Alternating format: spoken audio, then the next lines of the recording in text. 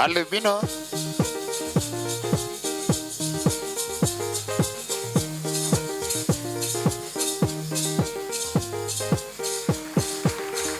Al sabab. Chop.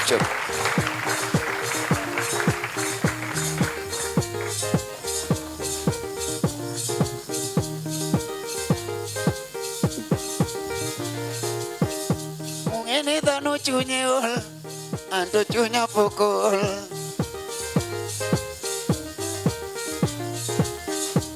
Ini tanu cunyul, anu cunya pukul.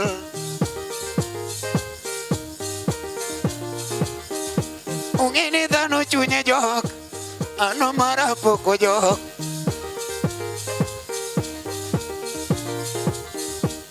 Ini tanu cunya jok, anu marah pukul jok.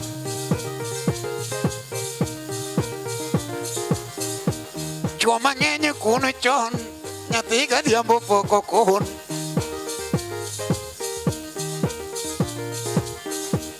Wenda dia punya rasego. Wenda dayana poko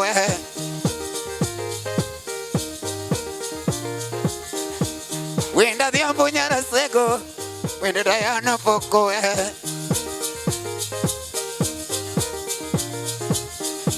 Dayana dua ni bedi pi. Mundi wiju mawancu ni mama. Kato nyumi kata podi. Kawie tuli wiju ma.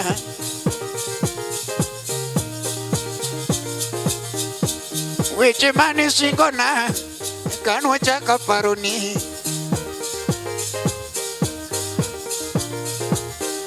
barua mora oroni musitari andiko ni some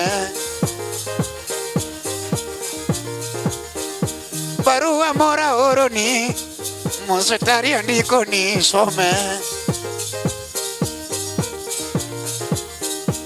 weche mani singona kanwa chaka paroni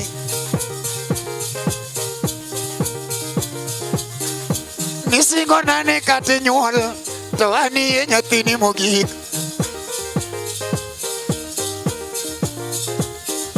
nisingo nane kate nyuol to ani e nyathini mogik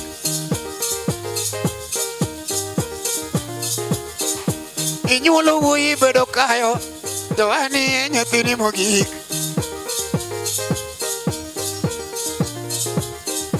Inyole nyako bedo kayo to ani nyathini mogik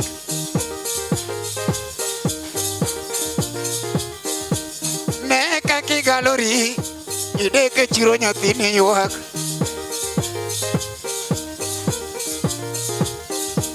ne kaki galori ideke chiro nyathini yuak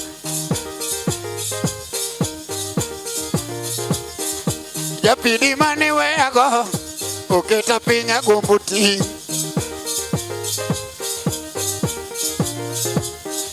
japidi mane weago oketa pinya gombuti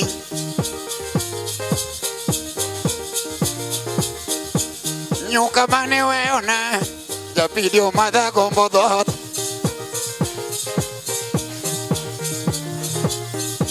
mane ni puja diedo cha kidugi ne kakachu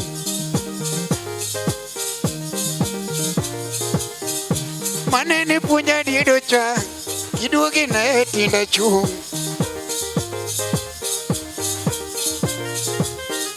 Mane ni punya uyo cha dugi mamandaro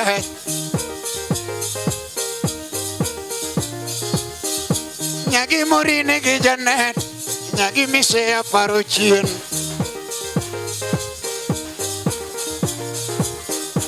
Dayana duane kopukoro Kitile iritago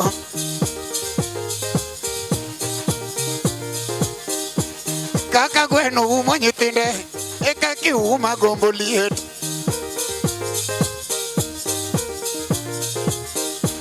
Kaka gweno umo nyitinde Eka ki uma gombo liet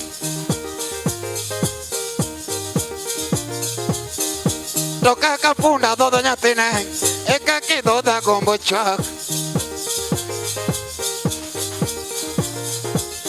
Kaka kangaru tingo nyathine Eting madwani tingago.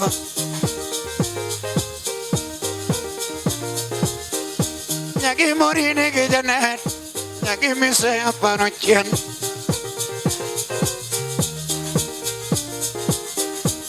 Kata nyumi nyaka nyada, to kani yudu machaloan.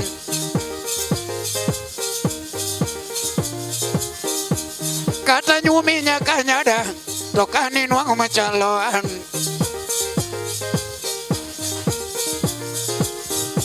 Abende kata tem nyombo, to kana yudu machaloin.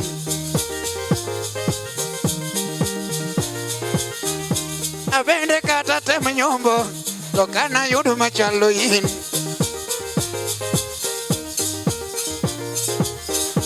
Gima Jose motimo noa, to kata ina ng'ene yoak. Gima Jose motimo noa, to kata ina ng'ene yoak. Gise mina onge kata ot, to kata ina ng'ene yoak.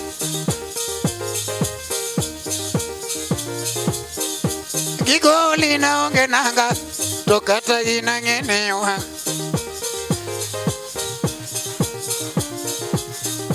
Gise mina onge gari, to kata ina ng'ene yoak.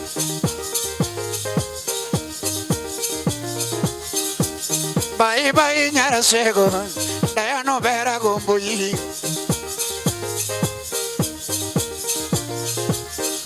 Jaoda mana tere toa, duoga dala gombo yi.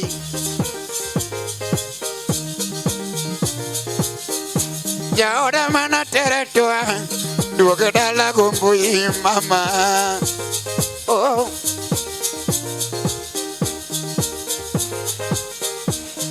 Victor Safi.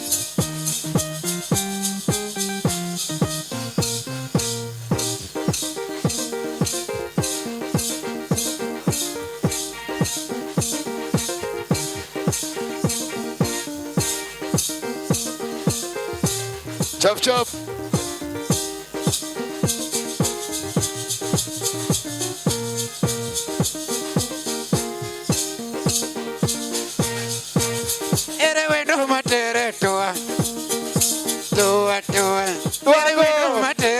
Amiso, Amiso. Ere nyako madhige toa. Ere nyako madhige toa.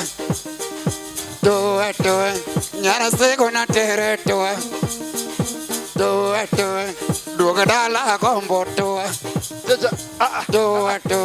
Kibiru sani ta tere toa. Amiso Thwago. Yes, bye. Hey. Baba. Na designer wako. So ni connect na huyo mtu bwana. Sawa. Ni connect tu na huyo mtu hata mimi ni ngare bwana. Mimi ndiye nimesona tu mwenyewe. Mimi ni fundi. Usinione tu hivyo. Wakumbushe baba. Wewe ni nani? Yes. Hapa tutakutolea tu kidogo tu. Wapi manager? Manager keo. Ongelesha watu wa TV. Yes, asante sana mashabiki wetu toka Lolwe TV. Mimi naitwa Amiso Thwago. Ni msanii. Kitu yenye nileta hapa leo, nataka nikumbushe nyinyi wote tarehe 23rd October tutakuwa na show kubwa sana kule club Q Lounge Kataro. Tutakuwa na wasanii wengine kama Okoth Jarapogi, Freddy Jakadongo pamoja na Kevo Makawili. Mimi mwenyewe nitatoa nyimbo hapo, nyimbo 4. Sasa naomba nyinyi wote mfike hapo mnijengee kwa inja yangu ya usanii. Ikwara wogajwa ka uwe gido donagi wa wachire gido nagi ma Amiso Thwago Amiso Thwago kwayo ni on 23rd. That is Saturday, eh? Yes. Engi launching maduong Q launch Kataro. That is Bicenta.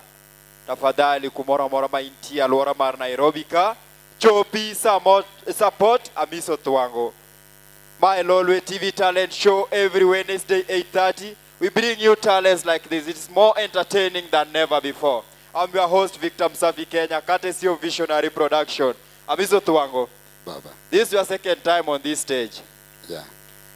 Chiemo ni wuok ka to mano kadwa donje sani. But kawuono adwa mana wuo gi manager. Okay. Hey. Yes, Victor. Onge. Tangu nianzishe hii show sijaiona manager amekonda. Victor, wacha madharau. Si madharau. Mimi nataka nijue ni nini inafanyikanga kwa hiyo Angla industry. Managers wote wanafikanga kore idwa na watch ni koso watch na en kao chuny tiketo mang'ich, chunyi bet mang'ich. Tido ibeda machwe. Mok ni chiemo maber. Ikia samoro da kuodho ni. Sasa moso ganda jokanya na. Yes. Iwacho na mos gi kamera tu. Mos jite kosa mos jo kamera.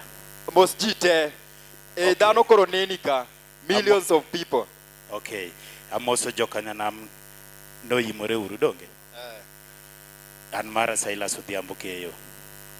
Gima da hero kwayo ni tarik 23 wan gi mini launch wa release tom samoro ngato nyalo kawe ni watimo launching Kataro tarik 23 akwayo duto ne uchopi mondo ukony na gero nyathini miluongo na Amiso Thwago. Kubiro abiro goero kamano. Mar ariyo, Lolwe TV an gi kwayo ni kacho no chakore soma koro dhi mbele ni Amiso Thwago mano chake. Daer kwayo ne ka yie nyalo betie chieng tarik 23 jopinyo ne gimokoth jarapogi gi Kevo Makawili gi Fredi Jakadongo to gi Amiso Thwago ni time stage Q launch kawinjruok nyalo bedie. Awe mani awinjo kiwacho ni naomba watu wa Lolwe nikafikiri wanataka kutuomba pesa bwa. Pesa ukakwayo. Baka nimeshtuka bwa. Kori ikwayo ni mondo Lolwe obio supportu. Lolwe obio support wa mondo jokana nam mantiere dala kucho bendo ne gima timore Nairobi. Giwach nyithindegi giwinja CD to oginengi koro ketnwa uru wanegi ni live kuom yeu. Just a reminder, ladies and gentlemen, we are live from Upper Hill, Meladen. Meladen Club is just few meters from NHIF building. It's a very cool and safe place. Ladies and gentlemen, we are in partnership with Manyala Auto Garage. Manyala Auto Garage is located along Gong Road next to Toyota Kenya, the same Gong Road. For any type of car servicing you might need, visit Manyala Auto Garage. Their number is down there on the screen. Or inbox them on their Facebook page at Manyala Auto Garage. It is another reminder again. Here is the manager to Amiso Thwago. Amiso Thwago mwenyewe. He has a special request that he is launching a mini album on 23rd. That is Saturday. Saturday. Q launch. Bicenta. Kayole. Idho gari madhi Kayole. Na atakuwa peke yake. Atakuwa na Kevo Makawili. Juogi Uwoyo. Okoth Jarapogi. Singen Gowi. Fredi Madisco. Tieki. Ati dage ngima miyero Fredi. Dage ngima miyero. Ana uona biro bet. Ana ngimane mong'eyago. Victor Msafi bende biro bet, ha? Anonge gima timo mong'eyago men. Adonge mwatimone. Bana wer. So, manager. Yeah. Sasa mkipanga launching kama hii. Kuna umoja kati yao wasanii of which wamekuja kusupport tu moja yao ama kuna some payments lazima. Naomba unielezee tu because whatever we are really trying to do in the Anglo industry, we are really trying to create unity and uplifting nature. Okay. Awachi Kiswahili kosa. Gimora mora. Okay. Ikitu tunafanyanga na usaidizi kwa usaidizi, sababu msanii anaenda anaongea na msanii mwenzake, kuja unisaidie, nataka kufanya hii, na wanasikizana. Kwa hivyo sio ati ni malipo ile inakuanga ati unilipe nika fuel tu. Unaweza piga gari mafuta wasanii wafike. Kuna kitu nimeanza kuwitness kwa hiyo Anglo industry. Na be kama Victor na part of Lolwe TV and Visionary Production, we are happy about this. The last time we had a coverage, Shujamal Ovika Chola, several artists were present. Na ningependa nature kama hiyo iendelee kuendelea, because mali ya kucheza muziki imejaa hapa Nairobi, Kisumu imejaa. Sasa hata wasanii wakuje wangapi, bado utapata club zingine zimelala hazina wasanii. So naomba kama nyinyi managers mshikane mkono, sisi kama Lolwe TV will do our part, Visionary Production, Manyala Auto Garage will do their part. Victor, nataka nikuambie, mtu asikuambie ati manager tunanga umoja. Tuko na umoja, managers wote, na tuko na WhatsApp group yetu. Tunaongeanga huko. Ile tunataka kujadiliana, tunajadiliana pale na tunamalizia hapo. Kwa hivyo tuko na umoja sisi kama managers. Okay. Na tuko na chama yetu. Kwa hivyo usiseme utaenda kusengenya Kokomo Victor ati mimi sitasikia. Utasengenya Kokomo Victor na mwenye umesengenya naye yeye ataniambia. Okakoro tiendeni ya Gidoluo udwo kuruaj. Gidoluo atoko kuodho adiro gato duoko ne wadgi. Koro mondo mi chambwa ne obed motegno en ni marach wagolo. Makatan ka kuotho kodi santi dhi duoko. Ikuotho koda, kikuodha gi gima ber to ka wachi, lakini gima nyalo ketho chama to ang na wachi. Sasa after 23rd unaona Amiso Thwago ati kwa usanii, kulingana na usanii. After hiyo 23rd uko na matarajio gani kwa usanii Amiso Thwago? Victor, kutoka tarehe 23 sijasema kuna mali ama step. Muziki inajengwa polepole. Siwezi sema tukifanya hii tutakuwa tumefika mahali. Inakuja polepole. Tunaenda kurelease nyimbo 4. Launching yetu bado. Kwa hivyo mimi ile kitu naomba ni polepole ndio mwendo. Polepole, yeah. Siwezi sema ati tuki-launch sasa tutaenda kuhit. No. Amiso Thwago. Iwinjo gino maber kwa sababu Kidholuo. Yeah. School na temo. Nilijaribu kidogo. Sasa naomba Amiso Thwago niongee na yeye kidogo tu. Manager bila kanyo. Kwa nini dachung kama dindi dogi? Goro. Amiso Thwago. Ba. There is hopes and some expectations you have after 23rd. Yes. Gin mage.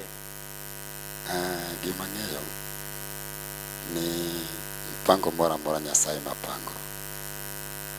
To Pong Nyasaye rego mos. Adieri mango gi my experience ne thumbe madhi golo gidhi timo maber e field. Geknwa matin tu. Aya. Chap. Dakika kidogo tu. Manager nyaka miel bwana.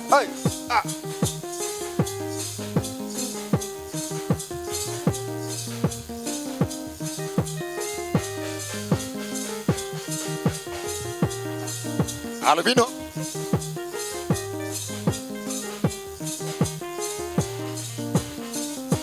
Adeno mina nele na tugia tuma Nyatego chingo pela miso wer kita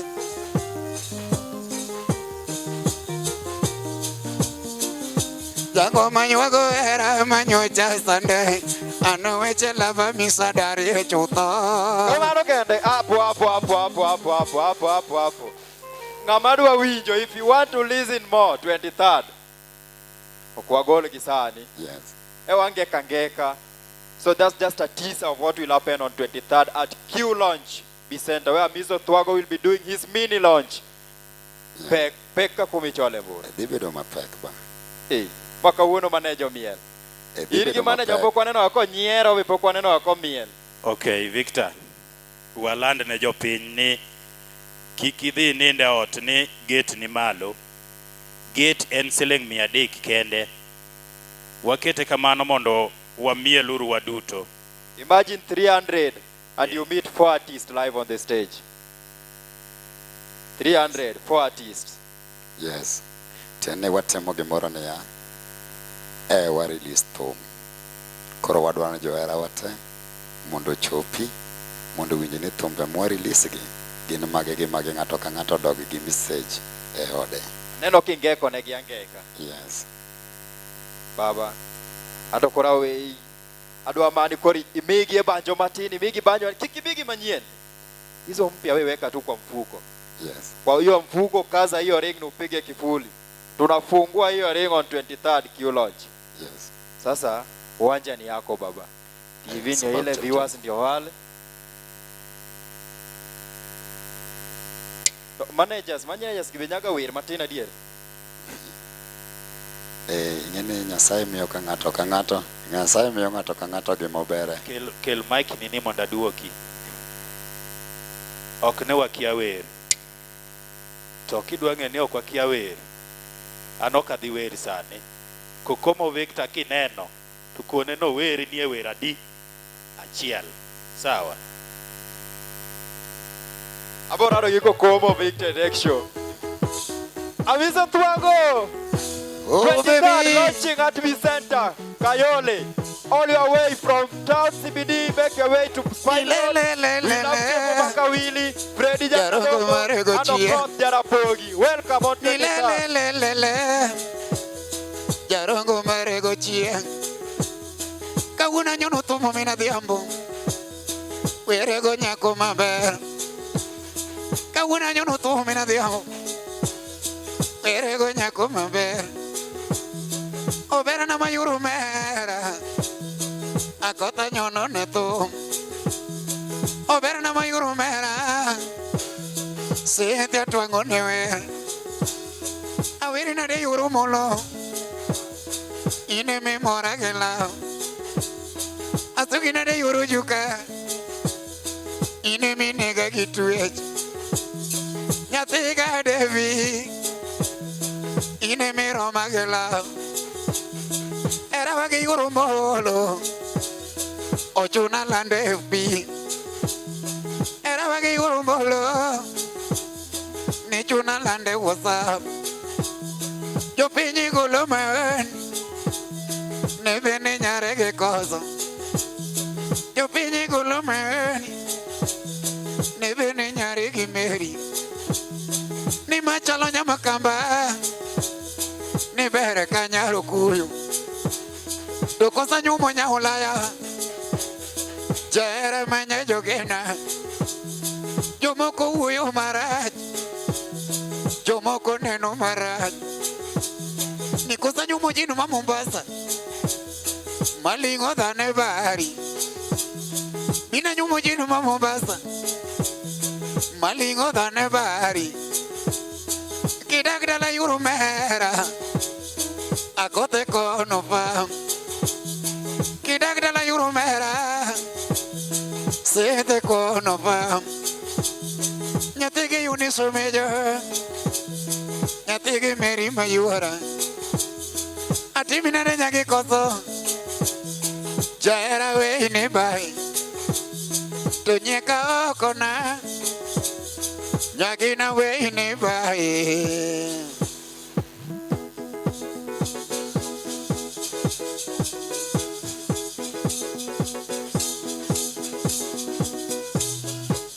Alabido. Wudu mainuga. Olocho mano solo guda wasi. Mano guda tempo machora tiambu. Wudu nyakinu machora nyaugenya. Guda wasi ni. Kale binya koro chola guda nyanga umuso tino kukudulo wanda.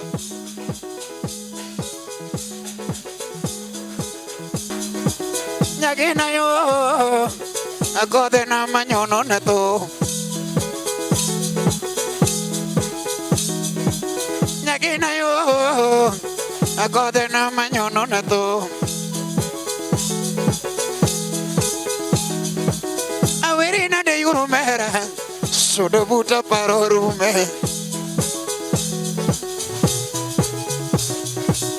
Nyarege furanko oche Bede koda jiyo neni Obera nyagi merio mejo Bede koda jiyo neni Kode nyagi yuni manyako Ine mero monende oda Kode nyagi vero manyako Ine mero mowuotho koda Ingeo yuro molo jaber Ine mero mobayo koda Chuo sungo ya gorudo pele Kiwuotho koda chuo neni Nyiri kasore to banjo sura to wele na sura nyiri osompa Daya wuno nyiwa mowiromo Kiele sura nyiri one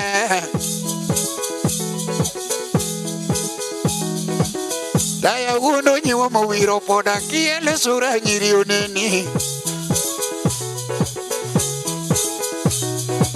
Ingini nyagi devoche Ine mero mombayo koda Nitiere nyako maki wuotho godo To kato siepe nyaka chai Sithia bero maka chidho godo To marafiki nyaka pamna Nyagina bero maka wuotho godo To marafiki nyaka pamna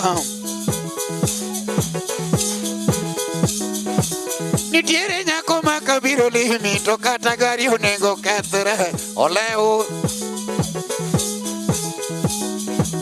Nitiere nyako maka biro limi To kata gari onego kethre Sithia bero maka biro lema Ta oro uba ledi ochopi Nyagina bero maka biro lema Ta oro uba ledi ochopi Nitiere nyako maki kawe nyuomo To kata chiegi nyaka chai Nitiere dhako maki kawe medo To kata chiegi nyaka chai Sithia bero mana tero dala To kata oko moro rwake Nyagina bero mana tero dala To kata oko moro rwake Nitiere dhako maki kawe nyuomo To kata minu nyaka tamre Sithia bero mana tero dala To nyara sumbi moro rwake Nitiere nyako maka biro koru To kata guok onego kae Nitiere nyako maka biro koru To kata guok onego kae Sithia bero mana tero dala To guok atweyo ledi donje Nyagina bero mano biro dala To guok atweyo ledi donje Nitiere nyako maki bedo godo To kata chief onego chwadu Nitiere nyako maki bedo godo To kata chief onego chwadu Sithia bero maka bedo godo To yeko chief nyaka bodha Nyagina bero maka bedo godo To kata yeko nyaka bodha Akodha bero wuotho godo tisaya chipo nyaka kowa. Nitiere nyako ma kitere theater to kata palo nengo tamara. Sithia bero ma katere theater na yange mose nyaka change. Nitiere nyako ma kupuro godo to kata gupo nengo lalni. Nyagina bero ma kapuro godo Jehova kwayo ngupo medere. Oriti nyago tieno oche daga koda jiyo neni. Mama magi nyeke nyaramola bede koda nyaka tona. Obera nyara buya manyako ine maromo lando wendi. Kode nyagi vero manyako ine maromo lando wendi. Ini uyuro molo jabar ine meromo ba. Albido.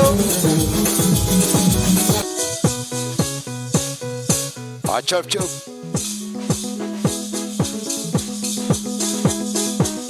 Al sabab. Al sabab.